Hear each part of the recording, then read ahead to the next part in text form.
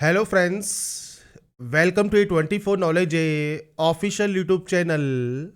आज के इस वीडियो में हम बात करेंगे रेलवे रिक्रूटमेंट बोर्ड आरआरबी की जो वैकेंसी है आपके लेवल 1 पोस्ट जो कि ग्रुप डी पोस्ट है। इसका जो ऑनलाइन फॉर्म है जिसकी लास्ट डेट है 22 फरवरी 2025। इसकी लास्ट डेट अपडेट के बारे में हम बात करने वाले हैं इस वीडियो में। तो यहाँ पर फ्रेंड्स देखिए, जो लास्ट डेट है उसमें अब आपके 4 दिन ही बचे हैं। तो अगर आप फॉर्म को आवेदन करना चाहते हैं, कोई भी इशू अगर आपको आ रहा है, जैसे जो कैंडिडेट जिनको इशू आ रहा है जो कमेंट कर रहे हैं, जो आपके रेलवे ग्रुप डी का फॉर्म है जब आप अप्लाई करते हैं तो आपका फ्रेंड सबसे पहले आधार वेरिफिकेशन में प्रॉब्लम आ रही है, या आपका जो सर्टिफिकेट है सेंट्रल गवर्नमेंट का वो फॉर्मेट आपको नहीं पता। इसके अलावा फ्रेंड्स आपकी जो डाटा फैच का जो ऑप्शन आपको मिल रहा है वो फ्रेंड्स कैंडिडेट को परेशान कर रहा है कि डाटा फैच का ऑप्शन क्यों आ रहा है, या इसके अलावा friends photograph and signature upload करने में दिक्कत आ रही है, या पेमेंट करने में दिक्कत आ रही है। तो इन सभी डिटेल्स के बारे में मैं आपको इस वीडियो में डिटेल में बताने वाला हूं। बाकी की जानकारी फ्रेंड्स आप वीडियो डिस्क्रिप्शन में जाएंगे jobrasa.com पर, वहां पर जाकर आप चेकआउट कर सकते हैं। 10वीं पास या आईटीआई पास कैंडिडेट एप्लीकेबल हैं अप्लाई करने के लिए। अब यहाँ पर फ्रेंड्स देखिए, जो अप्लाई करने की डेट है वो अभी 22 फरवरी 2025 है, पर इसके बढ़ने के बहुत चांसेस हैं। क्योंकि अगर आपको पता हो कि आपकी जो वैकेंसी इस समय ऑनगोइंग है मिनिस्ट्रियल एंड आइसोलेटेड कैटेगरीज, इसकी जो लास्ट डेट अप्लाई की डेट है वो 2 बार बढ़ चुकी है। पहले ये 16 तारीख हुई, उसके बाद फ्रेंड्स 21 तारीख कर दी गई है। तो ये भी आपकी बढ़ गई है, तो चांसेस हैं कि ग्रुप डी के फॉर्म की अप्लाई डेट भी बढ़े। तो यहाँ पर फ्रेंड्स आपको अप्लाई करने के लिए जो भी रेलवे रिक्रूटमेंट बोर्ड की वैकेंसी है, आपको इसका ऑफिशियल लिंक jobrasa.com पर देखने को मिल जाएगा। अब बात करते हैं इसके फॉर्म अप्लाई प्रोसेस के बारे में। और इस वीडियो को स्टार्ट करने से पहले अगर अभी तक आपने हमारे चैनल को सब्सक्राइब नहीं किया है, सब्सक्राइब करें, शेयर करें, लाइक करें, जिससे आपको आने वाली सारी अपडेट्स मिल सके। तो यहाँ पर फ्रेंड्स देखिए, जो ये वैकेंसी है CN08/2024, इसमें टोटल आपकी जो वैकेंसीज हैं 32,438 वैकेंसीज हैं। 18 से 36 साल एज क्राइटेरिया है। 1/1/2025 को ये काउंट होता है। अगर आप एलिजिबिलिटी कंडीशंस रखते हैं क्लोजिंग डेट से पहले तो आप इसमें आवेदन कर सकते हैं। अब यहाँ पर बात करते हैं फॉर्म अप्लाई की। तो देखिए, यहाँ पर आकर आपको यहाँ पर एक ऑप्शन मिलता है अप्लाई का। 2 ऑप्शंस हैं, create an account, already have an account. अगर आप पहले से रजिस्टर हैं तो आप डायरेक्टली लॉगिन यहाँ से कर सकते हैं, लॉगिन विद आधार कर सकते हैं, लॉगिन विद आरआरबी अकाउंट आप यहाँ से कर सकते हैं। अपनी मोबाइल नंबर पासवर्ड को डालकर आप सिंपली लॉगिन यहाँ से कर पाएंगे। पर आप पहली बार मान लीजिए रजिस्ट्रेशन कर रहे हैं तो क्रिएट एन अकाउंट पर आप क्लिक करेंगे। इसके बाद आपको यहाँ पर सबसे पहले सेलेक्ट करनी है नेशनलिटी। इसके बाद आपको यहाँ पर आपका पूरा नाम देना है। आपने अपना नाम कभी चेंज किया है तो आप यहाँ पर यस या नो कर सकते हैं। आपका डेट ऑफ बर्थ क्या है, तो आप इस कैलेंडर के माध्यम से आपका जो भी डेट ऑफ बर्थ है, डेट मंथ एंड ईयर, वो आप सेलेक्ट करेंगे। और यहाँ पर आपको फ्रेंड्स आपकी जो डेट ऑफ बर्थ है वो आपको टाइप करनी होगी। इसके बाद यहाँ पर जेंडर ऑप्शन है, जेंडर आप सेलेक्ट करेंगे। आपका फादर नेम और मदर नेम देंगे। आपकी मेल आईडी और मोबाइल नंबर आपको देना होगा। इसके बाद आपको generate email OTP, generate mobile OTP करना होगा। तो फ्रेंड्स आपका जो मेल एड्रेस है या आपका जो मोबाइल नंबर है वो एक्टिव एंड वैलिड होना चाहिए। उस पर एक ओटीपी आती है, वो ओटीपी आप यहाँ पर टाइप करेंगे। इसके बाद है आधार वेरिफिकेशन। अब यहाँ पर आपको 12 डिजिट का आधार कार्ड नंबर देना है। इसमें फ्रेंड्स 2 ऑप्शंस है, फिंगरप्रिंट वेरिफिकेशन का ऑप्शन भी है। अब फिंगरप्रिंट वेरिफिकेशन वही करा सकता है जिसके पास फ्रेंड्स बायोमेट्रिक मशीन हो। अगर ओटीपी वेरिफिकेशन नहीं हो रहा है, मतलब ओटीपी अगर आपके पास नहीं आ रही है, आपका मोबाइल नंबर आपके फ्रेंड्स यहाँ पर चेंज हो गए हैं आधार कार्ड में या अभी नहीं है, और आप मान लीजिए उसको आपने अपडेट करा लिया है, तो यहाँ पर फिंगरप्रिंट वेरिफिकेशन का ऑप्शन भी आपको मिलेगा। तो यहाँ पर फ्रेंड्स आपको जो है, आपको जब यहाँ से कंसेंट कर देंगे, और जिनके पास भी फिंगरप्रिंट वेरिफिकेशन करने के लिए मशीन है, कैप्चर फिंगरप्रिंट का आपको ऑप्शन मिलेगा। आप यहाँ से जो है कैप्चर कर सकते हैं आपकी फिंगरप्रिंट को, और उसके बाद आप सिंपली यहाँ से वेरीफाई कर सकते हैं। तो ये ऑप्शन अच्छा चालू किया गया है, क्योंकि जब साइट का सर्वर डाउन होगा तो जो ओटीपी वेरिफिकेशन है वो होने में प्रॉब्लम आएगी। क्योंकि ओटीपी नहीं आएगी तो आप फॉर्म को रजिस्टर नहीं कर पाएंगे या आप वेरीफाई नहीं कर पाएंगे अपने आधार कार्ड को। तो यहाँ पर जो ये ऑप्शन चालू किया गया है फिंगरप्रिंट वेरिफिकेशन का, तो वो भी फ्रेंड्स अच्छा ऑप्शन है। तो पर ये फ्रेंड्स आपको किसी शॉप पर जाकर ही करवाना होगा। तो आप फॉर्म अपने घर पर भर सकते हैं, पर जो फिंगरप्रिंट वेरिफिकेशन है या रजिस्ट्रेशन है वो कहीं पर भी जाकर, जहां पर फ्रेंड्स आपकी बायोमेट्रिक मशीन हो, वहां से आप कैप्चर कर सकते हैं। अभी देखिए नेटवर्क एरर आ रहा है क्योंकि हमारे पास बायोमेट्रिक मशीन नहीं है। तो फ्रेंड्स बायोमेट्रिक मशीन जिस पर भी होगी वहां पर एक बॉक्स ओपन हो जाएगा, वो आपके फिंगरप्रिंट लेंगे और उसके बाद आपका जो डाटा है वो वेरीफाई हो जाएगा। पर अगर आप ओटीपी वेरिफिकेशन करते हैं तो सिंपली जनरेट आधार ओटीपी आप करेंगे, और इसके बाद देखिए एक ओटीपी आपके मोबाइल नंबर पर सेंड कर दी जाएगी, और वो ओटीपी यहाँ पर देकर आपको सिंपली यहाँ से वेरीफाई करना है। इसके बाद आपको एक पासवर्ड क्रिएट करना होगा। पासवर्ड कैसा होना चाहिए, तो यहाँ पर फ्रेंड्स मैं आपको सैंपल शो कर देता हूँ। जैसे देखिए यहाँ पर कहा गया है कैपिटल लेटर, तो capital letter, small letters, special character और नंबर्स आपको इस पासवर्ड में रखने हैं। आपको कुछ इस तरह का पासवर्ड ही बनाना होगा। तो पासवर्ड ऐसा बनाइएगा जो कि आप याद रख सकें। पासवर्ड बनाने के बाद आप I am not a robot पर क्लिक करेंगे और प्रीव्यू एंड क्रिएट आप यहाँ से कर लेंगे। तो बेसिक ऑप्शंस होगा जो कि फ्रेंड्स आपको यहाँ पर देना है। ओटीपी देने के बाद ही आप फ्रेंड्स यहाँ पर, या वेरिफिकेशन करने के बाद ही आप यहाँ से क्रिएट अकाउंट कर सकते हैं।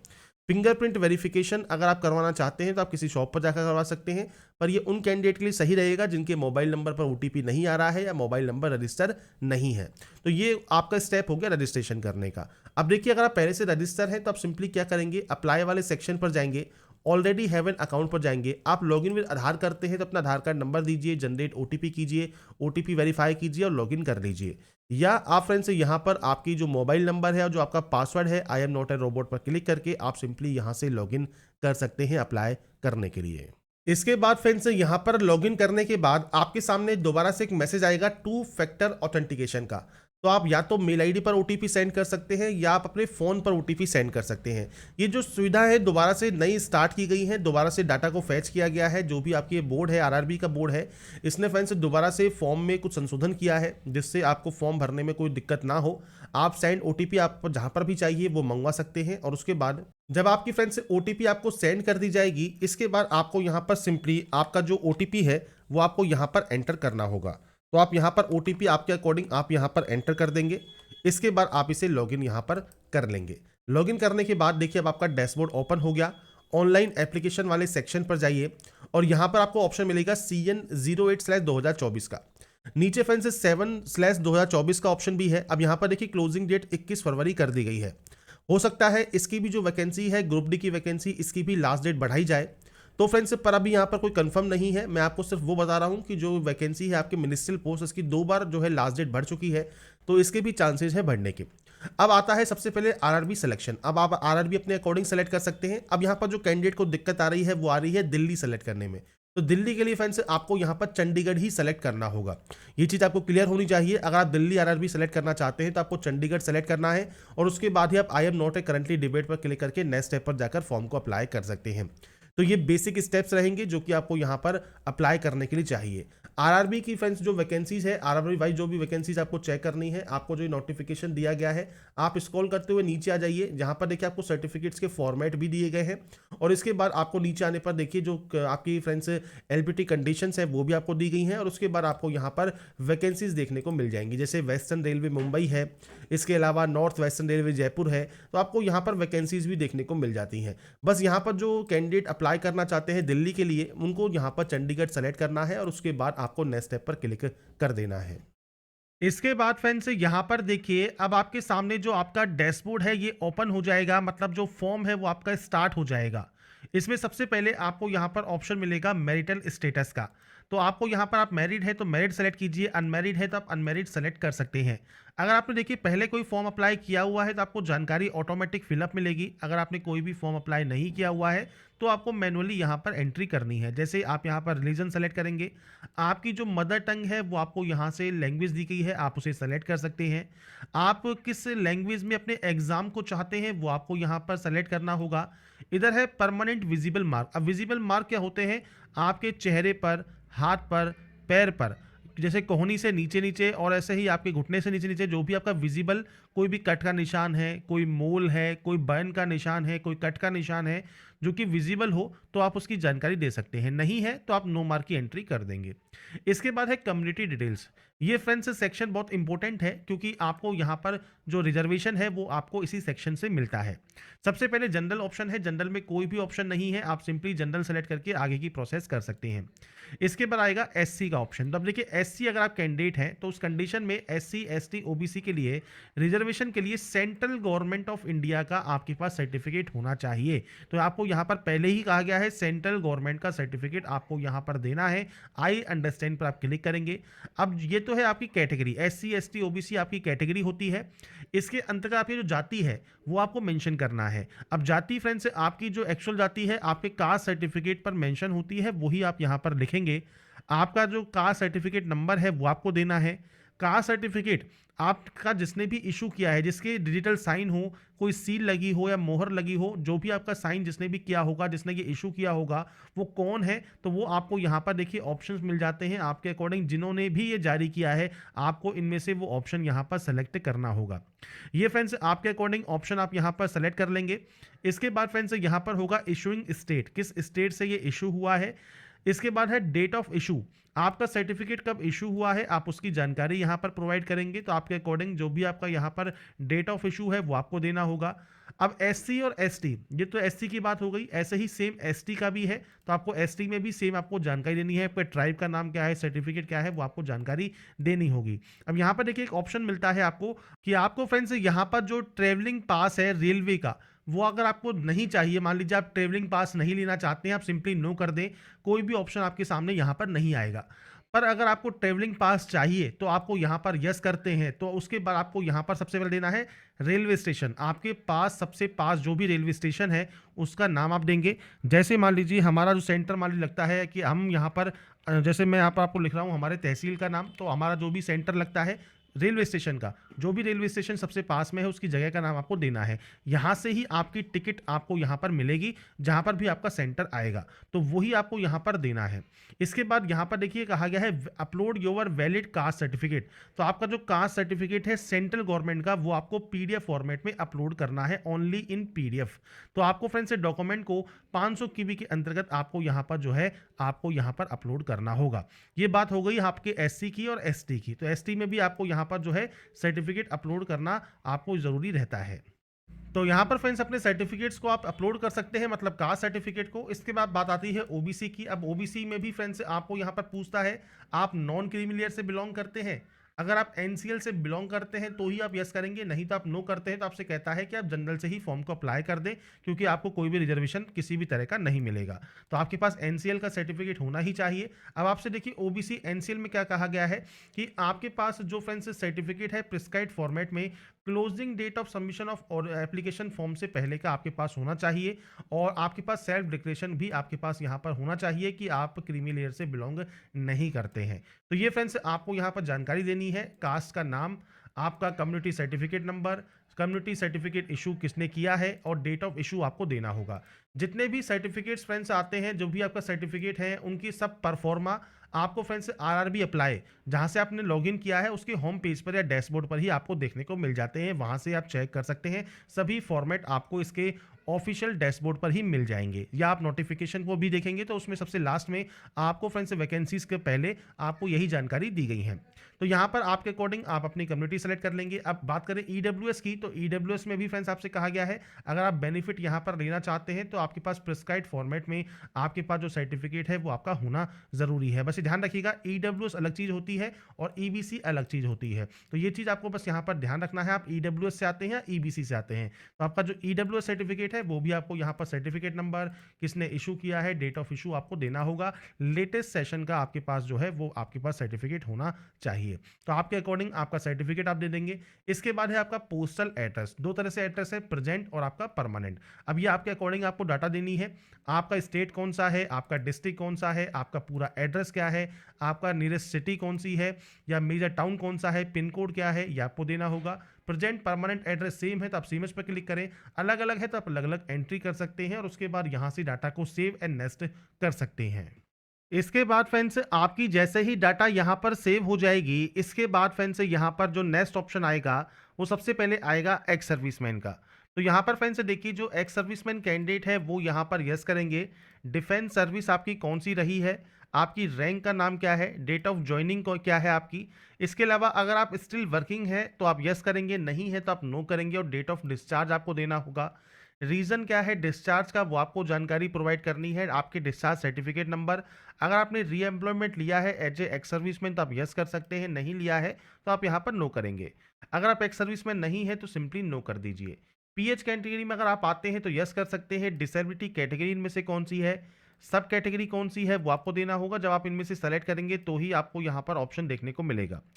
इसके बाद परसेंटेज ऑफ डिसेबिलिटी क्या है, नेचर ऑफ डिसेबिलिटी परमानेंट है, टेम्परेरी है, पीएच सर्टिफिकेट नंबर क्या है।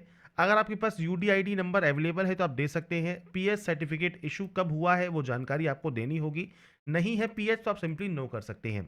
ऐसे ही स्क्राइब्स के बारे में है, अगर आपको राइटिंग एबिलिटी अगर आपकी अफेक्टेड है, आप राइट नहीं कर सकते हैं, तो आपको फ्रेंड्स इस कंडीशन के लिए आपको स्क्राइब मिलता है। अगर फ्रेंड्स आपको स्क्राइब चाहिए, अगर आपका पीएच कैटेगरी में अगर आपका राइटिंग हैंड अफेक्टेड है, तो आप यहाँ पर यस कर सकते हैं और उनकी जानकारी आप यहाँ पर प्रोवाइड कर सकते हैं। नहीं है तो आप सिंपली यहाँ पर नो कर देंगे। इसके बाद आता है ईबीसी सर्टिफिकेट होल्डर। अब ये क्या है, अगर आपका जो फ्रेंड्स एनुअल इनकम है फैमिली का, वो या तो 50,000 से कम है या आपके पास बीपीएल कार्ड है, तो ही फ्रेंड्स आप इस ऑप्शन को यस करेंगे।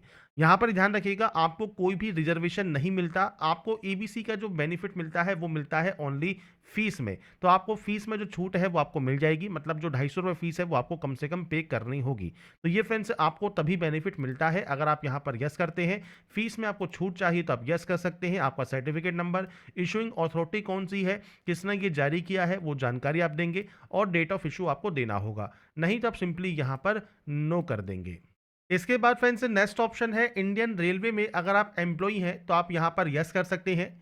आपने फ्रेंड्स एनओसी के लिए जो आपका कंट्रोलिंग ऑफिसर है उसके पास अप्लाई कर दिया है, तो आप यहाँ पर यस करेंगे और एनओसी मैंडेटरी होता है at the time of dB. तो ये फ्रेंड्स डॉक्यूमेंट वेरिफिकेशन के समय ज़रूरी होता है। आपकी कौन सी कैटेगरी में आप सर्विंग करते हैं, प्लेस ऑफ वर्किंग क्या है और किस पीयू या जोन या यूनिट में आप वर्क करते हैं, वो आपको यहाँ पर सेलेक्ट करना होगा। नहीं है तो आप सिंपली नो कर देंगे।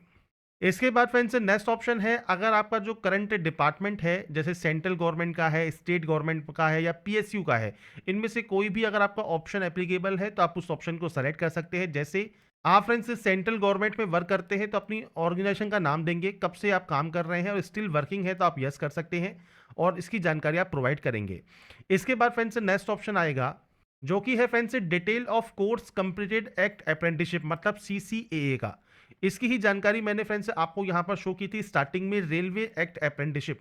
तो फ्रेंड्स अगर आपने ये किया हुआ है तो ही आपको ये जानकारी यहाँ पर फिल करनी है। इसके लिए आपको यहाँ पर यस करना होगा कि आपने रेलवे से एक्ट अप्रेंटिसशिप किया हुआ है। तो यहाँ पर फ्रेंड्स जब आप यस करते हैं तो सबसे पहले पूछता है नेम ऑफ द ट्रेड। तो यहाँ पर देखिए कोई भी ट्रेड से आपने अप्रेंटिसशिप किया हुआ है, आप यहाँ पर एनी डिसिप्लिन सेलेक्ट करेंगे।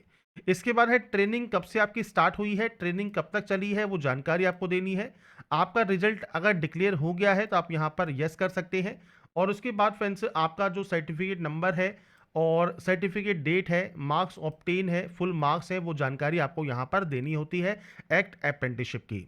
तो यहाँ पर फ्रेंड्स देखिए एक सैंपल मैंने आपके सामने यहाँ पर शो किया है। जैसे फ्रेंड्स यहाँ पर आपने फ्रेंड्स जो भी अप्रेंटिसशिप किया हुआ है उसमें आपने फ्रेंड्स देखिए जो ट्रेड है वो आपको यहाँ ट्रेड का नाम देखने को मिल जाएगा। इसके बाद आपको प्रवेश पत्र मिलेगा कब से कब तक आपने यहाँ पर जो है ट्रेनिंग की है, तो आपको जो डेट है वो आपको मेंशन हो जाती है। इसके बाद आपकी परसेंटेज आपको यहाँ पर मेंशन हो जाती है और उसके बाद जारी होने की जो डेट है, आपके सर्टिफिकेट इशू की जो डेट है वो आपको यहाँ पर मेंशन आपको यहाँ पर मिलती है। तो ये जानकारी आपको आपके सर्टिफिकेट पर भी मेंशन होती है और आपने फ्रेंड से कब तक किया है वो जानकारी भी आप यहाँ पर चेकआउट कर सकते हैं। प्लेस ऑफ इशू भी आपको यहाँ पर देखने को मिलता है। तो जो भी आपको जानकारी चाहिए वो सब जानकारी आपको यहाँ पर देखने को मिल जाएंगी और इसके अकॉर्डिंग ही जैसा भी आपके पास सर्टिफिकेट है आपके अप्रेंटिसशिप का, उसके अकॉर्डिंग जानकारी आपको एंटर करनी है। अब यहाँ पर फ्रेंड्स देखिए जो प्रॉब्लम यहाँ पर सभी कैंडिडेट को जो है यहाँ पर फेस करनी पड़ रही है वो क्या है, तो वो फ्रेंड्स जो प्रॉब्लम है वो है इसकी ड्यूरेशन। तो आप देख रहे होंगे ट्रेनिंग की जो डेट है वो आपने जब यहाँ पर एंटर की, जो भी फ्रेंड्स डेट हमें यहाँ पर दी गई है, जब हम इसे एंटर करते हैं तो आपके सामने जो ड्यूरेशन आती है वो आती है सिर्फ 11 महीने 30 दिन की। तो यहाँ पर फ्रेंड्स 1 साल के लिए फ्रेंड्स जो आपकी अप्रेंटिसशिप रिक्वायर्ड की गई है उसमें फ्रेंड्स 1 दिन कम आपका यहाँ पर आता है, क्योंकि जो डेट है जिस डेट पर आपका ये खत्म हो रहा है, जो भी लास्ट डेट है उस डेट पर फ्रेंड्स आपका यहाँ पर जो क्राइटेरिया है वो काउंट कर रहा है। तो आपको यहाँ पर फ्रेंड्स अभी देखिए वेट करना है, क्योंकि यहाँ पर क्योंकि फॉर्म अभी स्टार्ट ही हुए हैं, तो समस्याएं धीरे धीरे जैसे जैसे आती जाएंगी वैसे वैसे फ्रेंड्स आगे की प्रोसेस में भी आपको उसकी मदद मिलेगी। तो इसके लिए फ्रेंड्स देखिए यहाँ पर क्योंकि अभी फॉर्म स्टार्ट ही हुए हैं तो आपको अभी थोड़ा वेट करना ही होगा, क्योंकि आप वहाँ पर गलत डेट डालकर एंटर नहीं कर सकते आपको, क्योंकि अगर यहाँ पर प्रोसेस करने में कोई भी टाइम लग रहा है, क्योंकि फ्रेंड्स यहाँ पर जब आपको जो ड्यूरेशन है वो 1 साल कंप्लीट नहीं है, आपको कोई भी एरर शो कर रहा है, तो आपको यहाँ पर कोई गलत डेट नहीं एंटर करना है, आपको थोड़ा सा वेट करना है। वेट करने के लिए मैं इसलिए कह रहा हूँ क्योंकि फ्रेंड्स यहाँ पर देखिए जो हेल्पलेस नंबर दिया गया है यहाँ पर ये कॉल नहीं उठा रहे हैं। अगर आपका कॉल उठा लेते हैं तो आप एक बार फ़ोन करके ट्राई कर सकते हैं।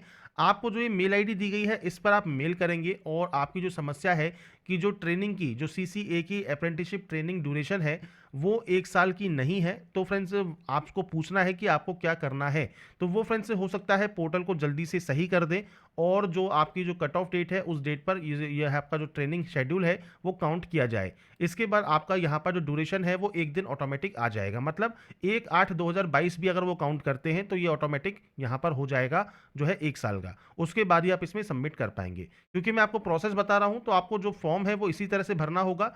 आपकी जैसे ही डेट यहाँ पर 1 साल की हो जाएगी, इसके बाद फ्रेंड्स आपके सर्टिफिकेट नंबर, सर्टिफिकेट डेट, आपके नंबर्स कितने कितने आपने गेन किए हैं वो जानकारी आप देकर यहाँ से फॉर्म को सबमिट कर पाएंगे। ऐसा ही फ्रेंड्स ऑप्शन नीचे है बैंक डिटेल्स का। अब ये जो ऑप्शन है ये फ्रेंड्स मेनली इसके लिए है जो कि आपकी फीस रिफंड के लिए है। जो आपकी फीस रिफंड होगी, जैसे 500 रुपये है तो उसमें 400 रुपये रिफंड होगा। 250 रुपये फीस आपको पे करनी हो रही है तो आपको 250 रुपये जो रिफंड होंगे सीबीटी के बाद, वो फ्रेंड्स आपको जिस अकाउंट में चाहिए आपको उसकी जानकारी देनी है। मेनली आपके बैंक की पासबुक देखिए, बैंक की पासबुक का जो फर्स्ट पेज है उसमें फ्रेंड्स आपको आपके बैंक का account number, bank account holder name, bank का आईएफएससी कोड, ये सब देखने को मिल जाएगा। उसके अकॉर्डिंग डाटा को एंटर कीजिए और उसके बाद यहाँ से सेव एंड नेक्स्ट कर दीजिए। इसके बाद फ्रेंड्स नेक्स्ट ऑप्शन आता है आपकी क्वालिफिकेशन का। अब देखिए क्वालिफिकेशन में सबसे पहले फ्रेंड्स यहाँ पर देखिए ऑप्शंस मिलेंगे आपको आईटीआई, 10th और एनएसी का। अब यहाँ पर जैसे आपका 10th है तो 10th को सेलेक्ट कीजिए। क्वालिफिकेशन में आपने किस स्टेट से, किस डिस्ट्रिक्ट से पास किया है, बोर्ड का नाम क्या है, तो आपके बोर्ड का नाम आप यहाँ पर पूरा नाम एंटर कीजिएगा। डेट ऑफ पासिंग क्या है वो आपको देना है, रोल नंबर देना है। 10th का जो सर्टिफिकेट का सीरियल नंबर है, सर्टिफिकेट नंबर है, वो जानकारी आपको देकर अपडेट कर देना है। मैं सिर्फ डेमो शो कर रहा हूँ, आपकी एक्चुअल डाटा आपको यहाँ पर एंटर करनी है। ऐसे ही आईटीआई में आपकी आईटीआई किसी भी डिसिप्लिन में है, किस स्टेट से पास किया है, किस डिस्ट्रिक्ट से पास किया है, इंस्टीट्यूट का नाम क्या है, डेट ऑफ पासिंग क्या है। इसके बाद फ्रेंड्स सर्टिफिकेट इशू एनसीवीटी कैसे हुआ है, एससीवीटी से हुआ है, नेशनल ट्रेड सर्टिफिकेट कौन सा है, जानकारी आप यहाँ पर देकर अपडेट कर सकते हैं। अब इस पोस्ट के लिए केवल 10वीं क्लास पास आउट कैंडिडेट भी एलिजिबल है। आईटीआई किया हुआ है तो आईटीआई भी एलिजिबल है, और आपने एनईसी भी किया हुआ है तो आप ट्रेड में एनी डिसिप्लिन सेलेक्ट करेंगे। इसके बाद सेम आपने किस स्टेट से इसको पास किया है वो जानकारी फ्रेंड्स आपको यहाँ पर देनी है। इसके बाद फ्रेंड्स आपने यहाँ पर इसको फ्रेंड्स किस डिस्ट्रिक्ट से पास किया है, आपके इंस्टीट्यूट का नाम क्या है जहाँ से आपने एनएसी किया हुआ है, तो आपको इंस्टीट्यूट का नाम भी देखने को मिल जाएगा। जो आपका सर्टिफिकेट है उस पर डेट ऑफ पासिंग क्या है, तो आपका जो डेट ऑफ पास है, रिजल्ट डेट है जो है वही आपको यहाँ पर एंटर करना होगा। तो आपका रिजल्ट डेट आप यहाँ पर एंटर कर देंगे। मैं सिर्फ सैंपल शो कर रहा हूँ, आपके अकॉर्डिंग आपकी डाटा आपको एंटर करनी है। इसके बाद friends certificate issued by NCVT है और certificate type national apprenticeship certificate NAC है। तो ये जानकारी आपको यहाँ पर फिल करना है और उसके बाद आपको यहाँ पर जो है इसको ऐड वाले ऑप्शन पर क्लिक करके ऐड कर देना है। तो बेसिक जानकारी है जो कि आप 10th आईटीआई या एनएसी जो भी आपने किया हुआ है। अब जिन कैंडिडेट पर एनएसी नहीं है, आईटीआई नहीं है, वो केवल 10th से फॉर्म को अप्लाई कर सकते हैं। जिन्होंने आईटीआई की हुई है वो आईटीआई से फॉर्म को फिल कर सकते हैं। जिसने एनएसी किया हुआ है वो एनएसी से फॉर्म को भी अप्लाई कर सकता है, और उसके बाद ही आप इसे ऐड करके नेक्स्ट स्टेप पर जाएंगे। इसके बाद फ्रेंड्स यहाँ पर क्वालिफिकेशन एंटर करने के बाद अब आता है आपका नेक्स्ट ऑप्शन जिसमें आप प्रोफाइल, आपके डॉक्यूमेंट्स अपलोड करेंगे। तो देखिए कास्ट सर्टिफिकेट आपका पहले से ही अपलोडेड है, क्योंकि आपने स्टार्टिंग में ही फर्स्ट स्टेप में जो पर्सनल डिटेल है उसमें ही अपलोड कर दिया था। इसके बाद है फोटोग्राफ एंड सिग्नेचर अपलोड। अब ये कैसे आपको अपलोड करना है, तो देखिए सैंपल ऑफ फ्यू रिजेक्टेबल फोटोज आपको दी गई हैं। कौन कौन सी फोटोज आपकी यहाँ पर रिजेक्ट हो सकती हैं उसकी जानकारी आपको यहाँ पर देखने को मिल जाएगी। तो आपको फ्रेंड्स सिंपल फोटो आपकी यहाँ पर अपलोड यहाँ पर आपको करनी है। तो इसके लिए फ्रेंड्स आप ब्राउज पर क्लिक करेंगे, फाइल को सेलेक्ट करेंगे और अपने फोटोग्राफ एंड सिग्नेचर को अपलोड कर देंगे। अब देखिए सिग्नेचर फोटो को अपलोड करने में सबसे इंपॉर्टेंट जो आपको बात याद रखनी है वो रखना है आपको पिक्सल। जैसे यहाँ पर आपको देखिए हाइट दी गई है 320 और विड्थ दी गई है 240। सिग्नेचर के लिए 60 पिक्सल हाइट है, 140 पिक्सल विड्थ है। तो ये आपको यहाँ पर ध्यान रखना है। और उसके बाद ध्यान रखना है साइज का। तो 50 से 100 KB साइज है फोटोग्राफ का और 30 से 50 KB साइज है आपके सिग्नेचर का। तो अब कैसे इसको रिसाइज कर सकते हैं, कैसे साइज को मेंटेन कर सकते हैं और अपलोड कर सकते हैं, अब इसके बारे में बात कर लेते हैं। तो सबसे पहले आपको आना होगा imresizer.com की ऑफिशियल वेबसाइट पर। तो फ्रेंड्स आप गूगल पर imresizer लिख सकते हैं। imresizer लिखने के बाद आपके सामने कुछ इस तरह का इंटरफेस आ जाएगा, जहां से अपलोड इमेजेस पर आप क्लिक करेंगे। तो यहाँ पर फ्रेंड्स फोटोग्राफ को यहाँ पर लेने के बाद मैंने सिर्फ डेमो आपके सामने शो कर रहा हूँ, आपकी एक्चुअल फोटो डाटा आपको सब यहाँ पर जानकारी लेनी है। अब यहाँ पर सबसे पहले देखिए फोटोग्राफ के लिए हाइट है 320 और आपकी जो विड्थ है वो है 240। तो आपको करना क्या है, आपको यहाँ पर देखिए विड्थ और हाइट दी गई है और यहाँ पर यूनिट को आप सेलेक्ट कर लेंगे पिक्सल में। पिक्सल सेलेक्ट करना जरूरी है। अगर आप यहाँ देखेंगे तो आपको पिक्सल में px में ही वैल्यू यहाँ पर दी गई है। इसके बाद आपको यहाँ पर देनी है विड्थ और इसके बाद आपको हाइट देनी है यहाँ पर। तो आप विड्थ और हाइट यहाँ पर दे देंगे। तो आपसे कहा गया है 320 240, तो आपको 320 240 ही पिक्सल यहाँ पर रखना है। फॉर्मेट आप जेपीजी रख लें। इसके बाद नीचे आइए, फाइल साइज पर जाइए, और फाइल साइज पर आने के बाद मान लीजिए आप इसका साइज रखना चाहते हैं, आप मान लीजिए 55 KB, तो आप यहाँ पर 55 KB यहाँ पर लिख देंगे, क्योंकि साइज रिक्वायर्ड है आपका यहाँ पर 50 से 100 KB। तो आप यहाँ पर इसको जो है 55 KB रख सकते हैं, या फ्रेंड्स आप यहाँ पर इसे 70 KB कर दीजिए। और उसके बाद नेक्स्ट डाउनलोड पर आप क्लिक कीजिए। इसके बाद थोड़ा सा वेट कीजिए, आपकी देखिए इमेज यहाँ पर डाउनलोड हो जाएगी। इमेज जब आपकी यहाँ पर डाउनलोड हो जाती है, इसके बाद आपको फ्रेंड्स ऐसे ही जो सिग्नेचर है वो भी आपको अपलोड करना है। तो सबसे पहले यूनिट पर जाइए, पिक्सल को सेलेक्ट कीजिए। पिक्सल सेलेक्ट करने के बाद आपको विड्थ और हाइट देनी है। विड्थ और हाइट कितनी है आपकी फ्रेंड्स? हाइट है आपकी 60 की और विड्थ है 140। तो यहाँ पर फ्रेंड्स आपको विड्थ एंटर कर देना है, और आपको उसके बाद आपकी जो हाइट है साइन की वो आपको यहाँ पर एंटर करना है, जेपीजी रखना है। और यहाँ पर भी आप साइज जो है वो रख सकते हैं, मान लीजिए 50 KB रख दिया और नेक्स्ट डाउनलोड पर क्लिक कर दिया, आपकी जो फाइल है वो डाउनलोड हो जाएगी। अब यहाँ पर आप ध्यान रखेंगे कि देखिए यहाँ पर जो फोटोग्राफ है उसका साइज तो ठीक है, पर सिग्नेचर का साइज कम हो गया, मतलब 4.6 KB में ही ये ओनली डाउनलोड हुआ, क्योंकि फ्रेंड जो साइज मांगा है, जो पिक्सल मांगा है, वो सिर्फ 140 और 60 पिक्सल ही यहाँ पर रिक्वायर्ड किया गया है। तो इस वैल्यू में जैसे ही आप कन्वर्ट करते हैं, फाइल का जो साइज है जो कि रिक्वायर्ड है 30 से 50 KB, वो फ्रेंड्स घटकर ओनली 4 या 5 KB ही हो जाता है। तो इसके लिए फ्रेंड्स आपको देखिए एक और वेबसाइट यहाँ पर ओपन करनी होगी, PI7 इमेज टूल। इसमें फ्रेंड्स एक ऑप्शन मिलेगा आपको, कंप्रेस इमेज टू 50 KB। तो यहाँ पर फ्रेंड्स आपको जो साइज रखना है वो आपका 30 से 50 KB के बीच में ही रखना है। तो आप यहाँ पर देखिए जो भी साइज चाहते हैं, जैसे मान लीजिए आप चाहते हैं यहाँ पर इसका साइज हो जाए 40 KB, तो आप 40 यहाँ लिख दीजिए। कंप्रेस वाले ऑप्शन पर क्लिक कीजिए। अब आपका जो सिग्नेचर है वो फ्रेंड्स आपका देखिए कंप्रेस हो जाएगा 38 KB में, और उसे आप यहाँ से डाउनलोड कर लेंगे। जब ये डाउनलोड हो जाएगा 38 KB में, इसके बाद फ्रेंड्स आप अपना जो फोटोग्राफ एंड सिग्नेचर है वो यहाँ पर आप आराम से अपलोड कर पाएंगे। तो मैंने यहाँ पर जो प्रोसेस है वो आपको बता दी है, कैसे फ्रेंड्स आप अपने साइज को जो है रिसाइज कर सकते हैं, पिक्सल में चेंज कर सकते हैं, और कैसे फ्रेंड्स आप यहाँ पर इसका जो साइज है वो भी आप चेंज कर सकते हैं। दोनों ही वेबसाइट मैंने आपको शो कर दी हैं, आप वहाँ से अपने फोटोग्राफ एंड सिग्नेचर का जो साइज है वो आप चेंज कर लें, और उसके बाद ब्राउज पर क्लिक करें, और इसके बाद फ्रेंड्स यहाँ पर देखिए अपलोड कर दें। तो आपको यहाँ पर आपका जो प्रीव्यू है वो आपको देखने को मिल जाएगा।